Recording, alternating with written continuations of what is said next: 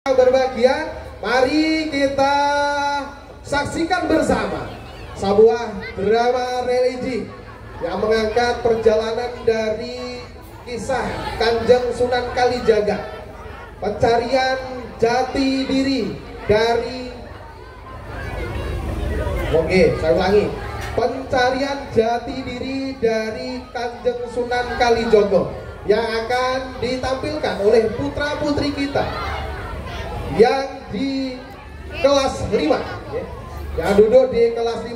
Kita sambut dengan tepuk tangan yang meriah.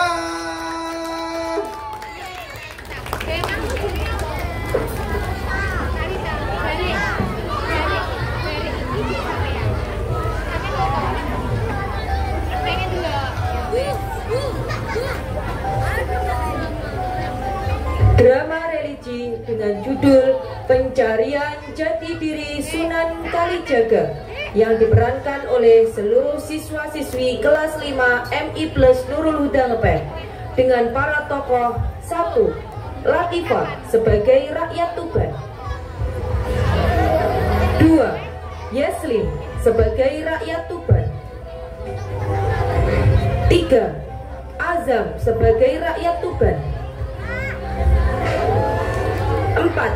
Leo sebagai rakyat Tuban, 5. Ardin sebagai prajurit, 6. Farizun sebagai prajurit, 7. Kellen sebagai prajurit, 8. Kenzi sebagai Raden Syahid atau Sunan Kalijaga, 9. Cecil sebagai Dayang, 10. Latisha sebagai Dayang, 11. Aurelia sebagai Dayang, 12. Ashifa sebagai Dayang, 13. Fadli sebagai Patih Gajah Lembana, 14. Atta sebagai pengawal, 15. Taufik sebagai pengawal, 16. Farel sebagai Tumenggung Wilatikta,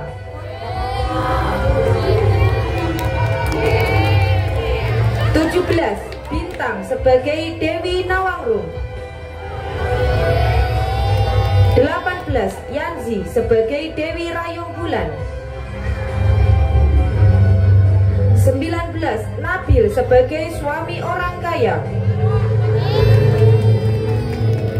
20. Izatun sebagai istri orang kaya, 21. Arifki sebagai anak orang desa, 22. Kanza sebagai ibu orang desa, 23. Altaris sebagai ayah orang desa,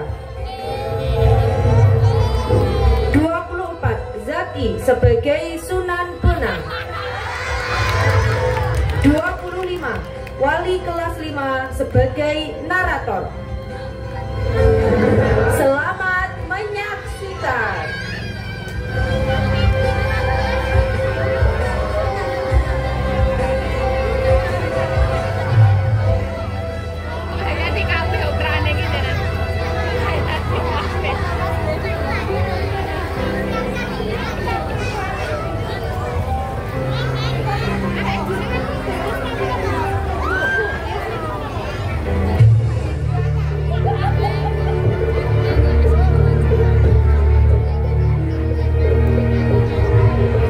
Sebuah kisah yang menceritakan perjalanan hidup seseorang dalam mencari kebenaran hingga mendapatkan hidayah Allah dalam tataran makrifat lahiriah juga batiniahnya. Perang saudara yang berkepanjangan di Majapahit menyisakan penderitaan bagi seluruh rakyatnya. Penyakit dan kelaparan terjadi di mana-mana. Kadipaten Tuban, salah satu bawahan Majapahit, mau tidak mau terkena imbasnya. Kelaparan dan kematian hampir setiap hari selalu terjadi. Bagaimana ini Yu? Sudah sebulan lebih kita kesulitan mencari bahan pangan. Iya Yu, bahkan hasil kebun kita semuanya harus digunakan untuk membayar pajak. Sabar, ini semua cobaan dari Gusti Allah. Sabar bagaimana toh Kang? Kalau begini terus, bisa-bisa kita mati kelaparan.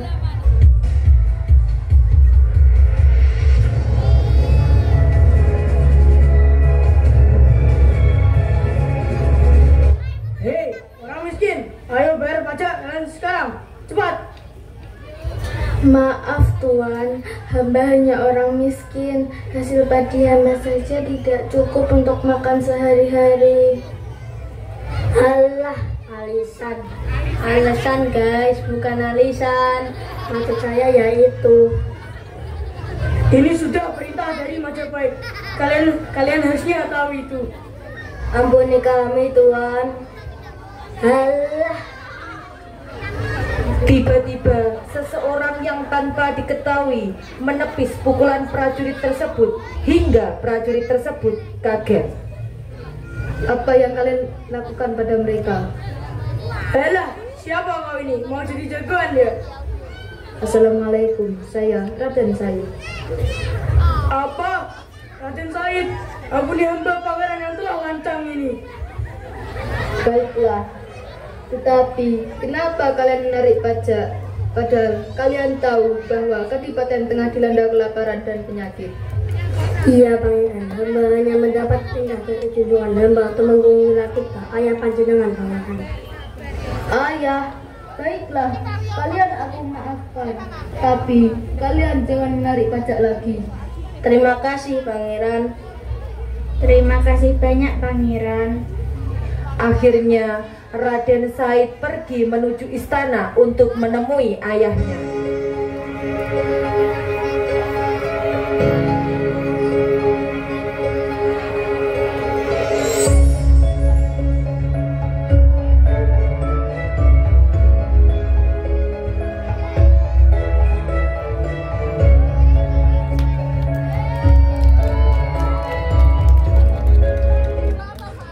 Assalamualaikum ayah. Ada yang mau aku bicarakan pada ayah. Waalaikumsalam. Patih, kau boleh pergi. Baik Tuan. Ada apa gerangan, wahai anakku? Ayah, rakyat tahun ini sudah sengsara karena gagal panen. Tetapi, mengapa masih ada penarikan pajak? Di manakah hati nurani seorang muslimmu, ayah? Said anakku, saat ini Majapahit sedang membutuhkan pasukan yang besar untuk pemerintahannya. Aku hanyalah seorang bawahan yang tunduk pada Majapahit. Tapi, kenapa harus rakyat yang jadi korban? Karena sikap prihatin kepada rakyatnya, akhirnya Raden Said melakukan sesuatu pada malam itu. Raden Mas Said, putra Tumenggung Wilatikta, tergerak hati untuk menolong rakyatnya dengan mencuri bahan makanan dari lumbung kadipaten.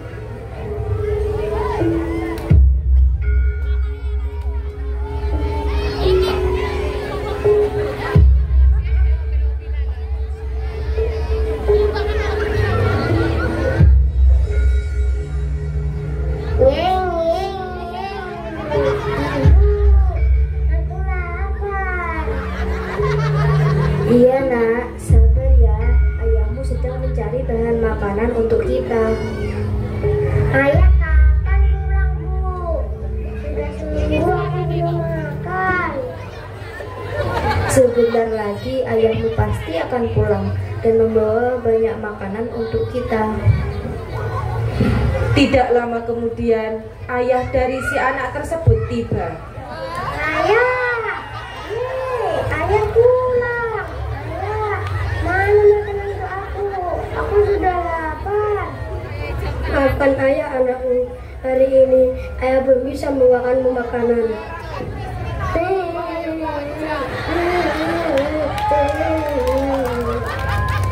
Apakah Apakah benar Kakanda hari ini tidak mendapatkan bahan makanan? Benar Adinda, hari ini Kakanda belum bisa membawakan pulang makanan. Kakanda sudah berusaha mencari kesana kemari, tapi bahan makanan sulit didapatkan. Sawah dan kebun semuanya mengering. Ya Allah, kasihanilah anak kami dan keluarga kami. Berikanlah kami kemudahan untuk mencari bahan makanan. Tiba-tiba datang seorang pemuda membawa makanan dan memberikannya kepada keluarga tersebut. Tidak lain, pemuda tersebut adalah Raden Syahid. Berikan makanan ini kepada anak kalian.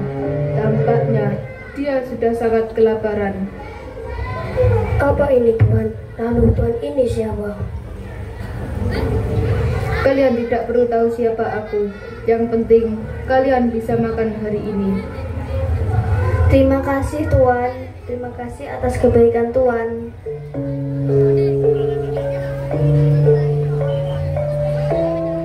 Akan tetapi, lama-kelamaan perbuatan Raden Syahid tercium juga oleh kerajaan. Berkurangnya bahan makanan di lumbung kadipaten membuat Tumenggung Milatikta marah besar. Ia memerintahkan Patih Gajah Lembana dan para senopatinya untuk menangkap pencuri itu hidup atau mati. Kalian dengar tidak berita baru di istana kerajaan? Berita apa memangnya? Gudang logistik kerajaan Majapahit kecolongan. Benarkah begitu? Siapa yang berani melakukannya? Anda, Raja tahu. Ya, pasti tidak akan mengampuni pelaku pencurian itu. Tapi menurutku pencuri itu tidaklah salah. Ia melakukan kejahatan itu karena rakyat sengsara akibat kekurangan pangan.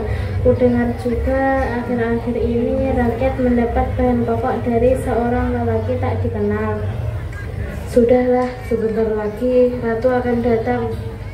Kalau ia tahu kita sedang mengunjingkannya, ia pasti akan marah besar. Benar, ayo kembali.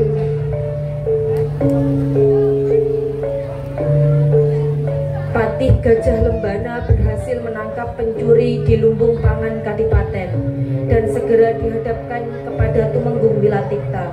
Patih Gajah Lembana menghadap Tumenggung sambil membawa tawanan.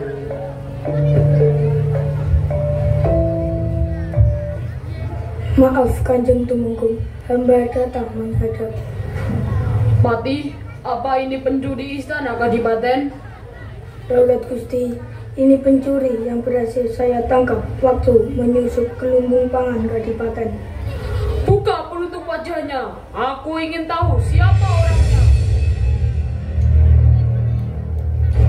Patih Gajah Lembana membuka penutup wajah tawanan itu. Alangkah terkejutnya sang Tumenggung Milatikta juga Permaisuri ketika mengetahui siapa di balik penutup wajah itu. Ternyata pencuri yang selama ini meresahkan Kadipaten adalah Raden Syahid yang tak lain putranya sendiri. Apa yang kau lakukan, Syahid? Tega-teganya kau menampar ayahandamu sendiri. Ampun ayahanda, semua yang Ananda lakukan untuk menolong rakyat Kadipaten Tuban yang kelaparan. Kasihan mereka ayahanda, Pak Ananda salah menolong rakyat Kadipaten. Tidak salah kamu menolong, tapi kamu salah dalam menjalankannya. Apa kamu tidak tahu, Syahid, bahan pangan itu akan dikirim ke istana Majapahit untuk membantu pasukan di sana? Kenapa kita harus membantu Majapahit ayahanda, sedangkan rakyat kita sendiri dalam kesusahan? Syahid, tahu apa kamu tentang kerajaan? Sekarang kau hentikan perbuatanmu atau kau akan menerima akibatnya. Ampun ayahanda, kalau memang itu titah ayahanda, Ananda akan tetap menolong rakyat Tuban. Kalau itu maumu, mulai sekarang juga tinggalkan Kadipaten Tuban. Jangan pernah kembali ke Kadipaten sebelum kau bisa menggentarkan Kadipaten dengan lantunan ayat-ayat Allah. Baiklah ayahanda, Kalau memang itu keputusan Ayahanda, Adanda mohon pamit.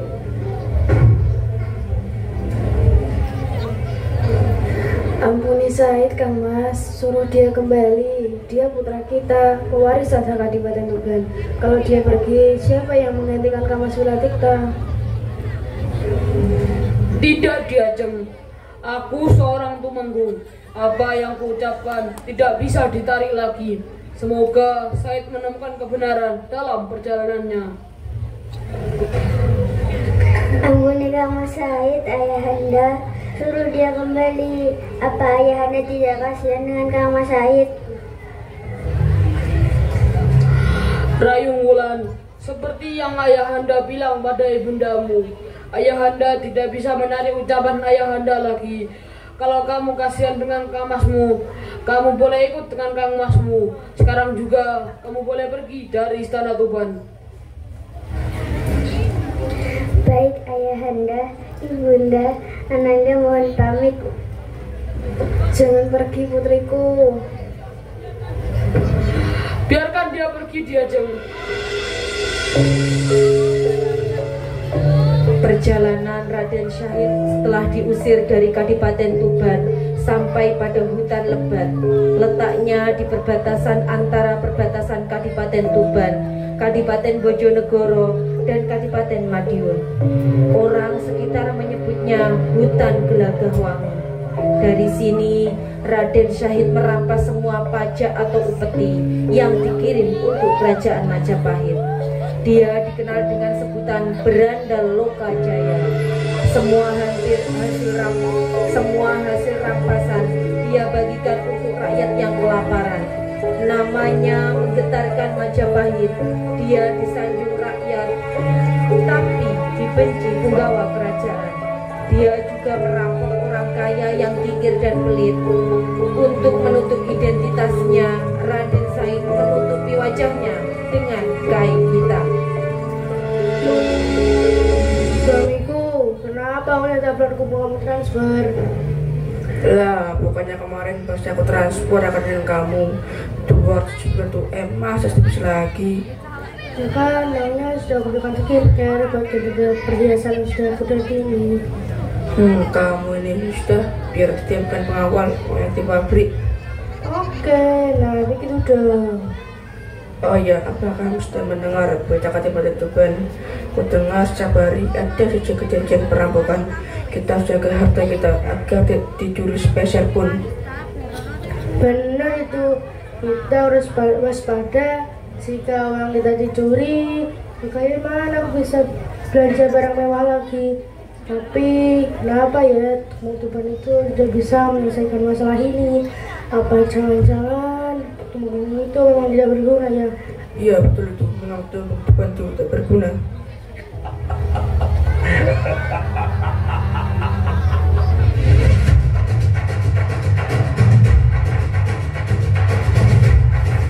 Di saat sepasang suami istri kaya raya nan kikir itu membicarakan Tumenggung Tuban, tiba-tiba datanglah seorang pencuri.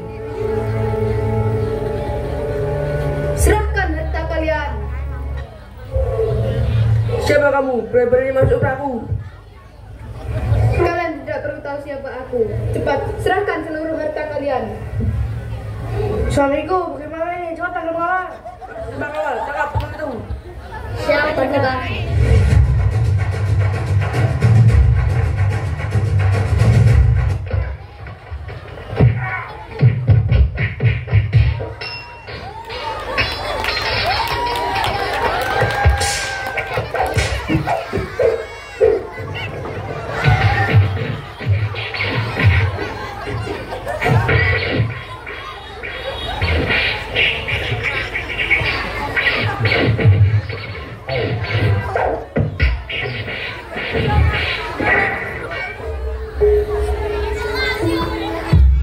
Setelah mengalahkan lawannya dan berhasil mendapatkan barang yang diinginkan, Lokajaya melanjutkan perjalanan.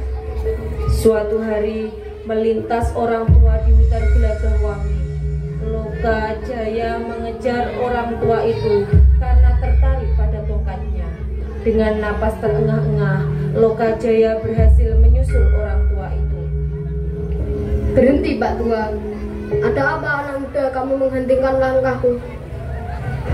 Aku menginginkan tongkatmu Pak Tua, kelihatannya bagus dan mahal harganya. Tongkat ini hanya terbuat dari kayu anak muda dan tidak ada harganya. Untuk apa kamu mencari harta seperti itu anak muda? Akan kubagikan kepada rakyat yang membutuhkan. Niatmu untuk menolong sesama itu bagus, tapi caramu yang tidak benar. Apa jika kamu membasuh tubuhmu dengan air kotor, tubuhmu akan menjadi bersih? Merampok itu perbuatan dosa, apapun alasannya. Sedangkan hasilnya kamu bagikan pada rakyat. Apa kamu mau membagi dosamu dengan mereka semua? Kalau kamu mau harta, lihatlah itu anak muda. Itu pohon berbuah emas. Itu halal anak muda. Ambillah sesukamu. Sambil berjalan, Lokajaya kaget menghampiri pohon itu, memanjat dan mengambil buah yang dikiranya emas. Nafsu yang menguasainya sehingga ia terjatuh dan buah itu menimpa tubuhnya. Berubah menjadi wujud aslinya, yaitu pohon buah kolang-kaling. Setelah sadar, Lokajaya terkejut. Ternyata buah yang dikiranya emas hanyalah kolang-kaling. Dia baru menyadari kalau orang tua yang dihadapannya tadi bukan sembarangan.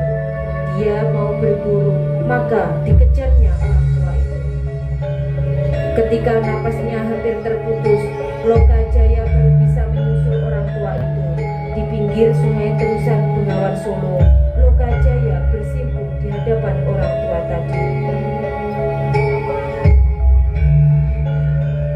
Izinkan aku tahu siapa namamu, orang tua. Orang-orang menyebutku Sunan Bonang. Kanjeng Sunan, izinkan saya berguru. Saya ingin menebus semua kesalahan saya. Aku sebenarnya tahu siapa dirimu anak muda.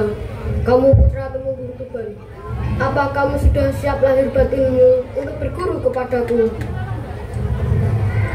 Lahir batin saya sudah siap Kanjeng Sunan. Apapun yang Kanjeng Sunan perintahkan akan saya junjung tinggi. Baiklah anak muda, tapi aku sedang ada keperluan ke Istana Demak. Tunggu aku di sini. Jangan pernah pergi sebelum aku kembali. Baik Kanjeng Sunan.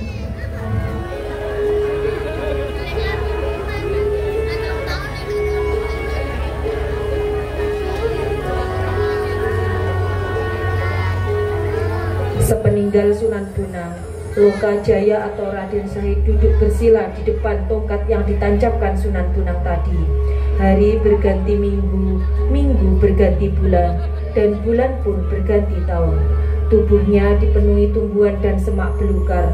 Tak terasa 3 tahun sudah Raden Syahid atau Lokajaya bertapa menunggu kedatangan Sunan Bonang. Suatu ketika Sunan Bonang melintasi wilayah itu dan baru teringat dengan Raden Syahid. Ketika Sunan Bonang datang ke tempat dulu dia menancapkan tongkatnya, Raden Syahid tidak terlihat. Yang ada hanya gerombolan semak belukar. Ketika didekati, ternyata itu tubuh Syahid yang ditumbuhi semak belukar. Dengan terenyuh dibersihkan tubuh Syahid dari semak belukar. Sunan Bonang mencoba membangunkan Syahid dari pertapaannya, tapi Syahid tidak bisa dibangunkan dengan cara biasa. Sunan Bonang tersenyum. Dia tahu kalau Raden Syahid mendapatkan makrifat dari Allah, maka tidak ada cara lain untuk membangunkannya selain dengan adzan di telinga kanan dan dikomati di telinga kiri. Barulah Raden Syahid terbangun dari tapanya.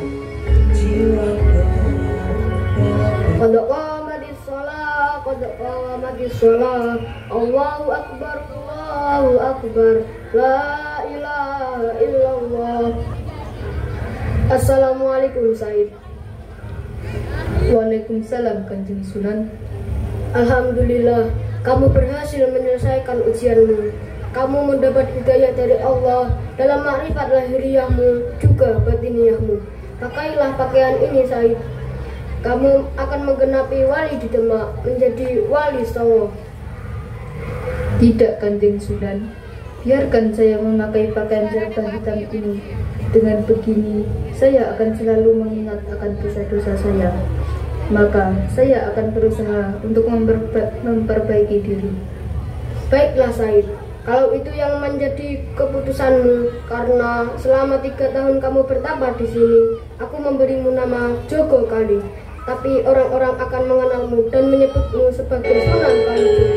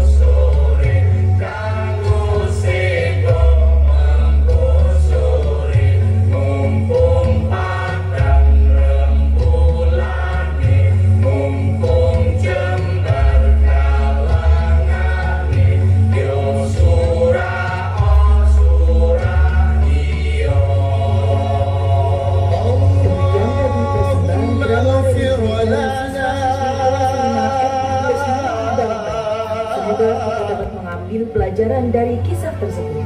Sampai bertemu pada kesempatan berikutnya.